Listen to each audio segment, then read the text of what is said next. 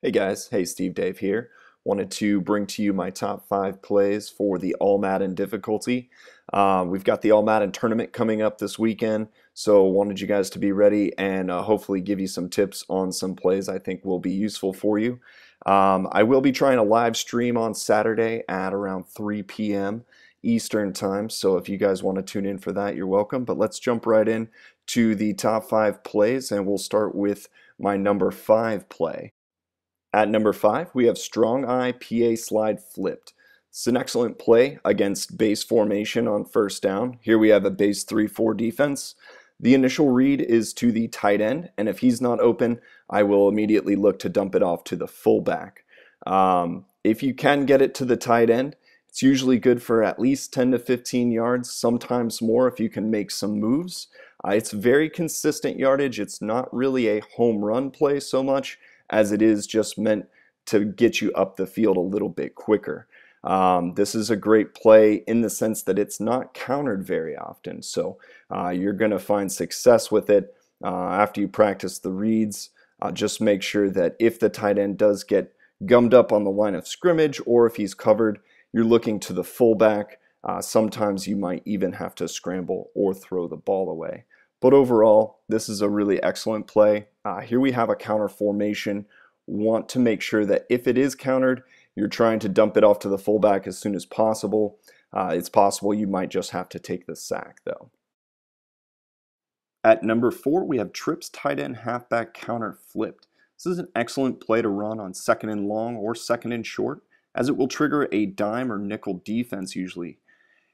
Once snapped, usually what you're going to be looking to do is set up the blocks as best you can with the pulled offensive guard. It does have the capability to take it to the house, but usually it's consistent big yards to at least convert a first down on a 2nd and 10. I generally won't run this play if it's longer than 2nd 11, but it does have the capability to get huge chunks of yards as is shown here. It's pretty consistent. People are starting to counter it a little bit more, but I've still been running it with a lot of success in head-to-head, and I plan to run it this weekend in the tournament as well. Do make sure that if you get some different setups on dime or nickel, that you read your blocks. You may have to cut it up the middle instead of taking it out to the left-hand side. So make sure you're watching what's going on. Utilize those skill moves that we covered earlier in the previous videos, and you should be getting some big chunks of yards with this running play. At number 3, we have spread slot flags flipped. This is a play that you can run on any down really, and it is a useful play on 1st and 2nd down, but you're generally going to see more base coverages as a 4-3 or a 3-4. If you get those coverages, look for the shallow or the medium zone and look for the tight end to be one-on-one versus the safety on that corner route, and you can get a beneficial matchup and be able to get some huge chunks of yard. If the tight end's covered, you can always look to the wide receiver 1 with the little out route that he runs for some consistent yardage. Where this play really shines is on 3rd or 4th and long when you get the dime setup. This dime setup is going to be an advantage for the tight end, and generally speaking, he's going to run wide open past the defensive back, and it's almost always at least 20 to 30 yards, sometimes a touchdown if you can have a quick tight end that can cut it up the field. You may see a nickel formation here and there, but really the reads are going to be exactly the same as with the base formations. You're just going to look for either the tight end or the wide receiver 1 who's ever open, and it should be consistent yardage for you. At number 2, we have bunch Z cross in. This is an excellent play that reads very similar to bunch Z spot. If you get a dime formation, it's possible it's countered. If it's not countered, you're going to get a zone coverage that's going to allow you to hit the slot receiver when he runs between the linebacker and the safety. And you want to do it as a semi-lob throw rather than a full lob or a bullet. Make sure that you're threading the needle. Versus base coverages, you're going to have to make sure that you read the zone. If it's a shallow or medium zone, you can make the same throw that you did versus the dime coverage. If it's a deep zone, you're going to have to dump it off to the wide receiver 1. But really the slot receiver route versus the shallow and the medium zones is what we're looking for some big play potential. Versus the nickel formation is a broken formation right now. There's a defensive back on the left-hand side of the field that should be on the right-hand side of the field covering the slot receiver. So if you see this, make sure you snap it right away before he has a chance to run over.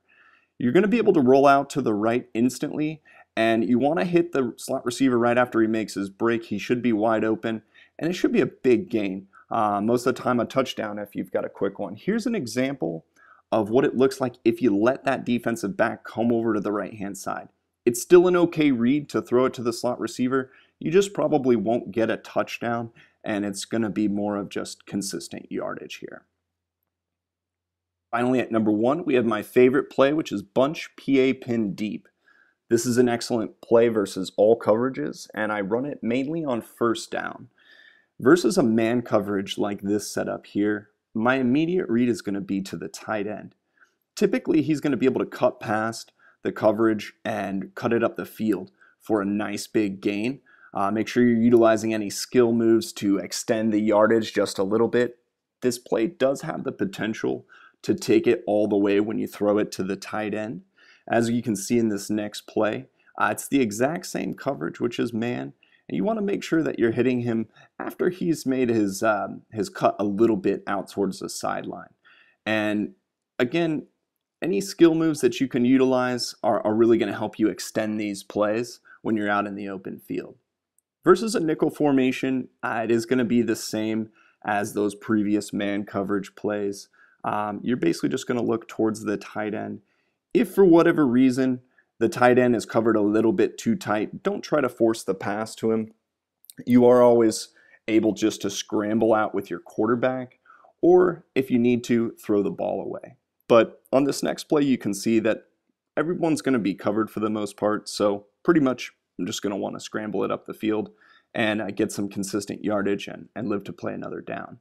Where this play really shines is versus a zone coverage, which is this dime setup. It does also happen to be the counter formation.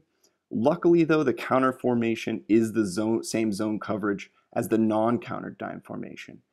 This read is going to be to the wide receiver 1 on the deep post route.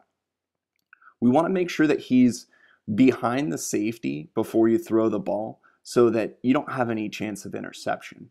Luckily, this play can beat both low and medium counters, but really what you're looking for is on the non-countered play to make sure that you are timing the pass right to get it to him, but it should be a huge chunk of yards that you gain.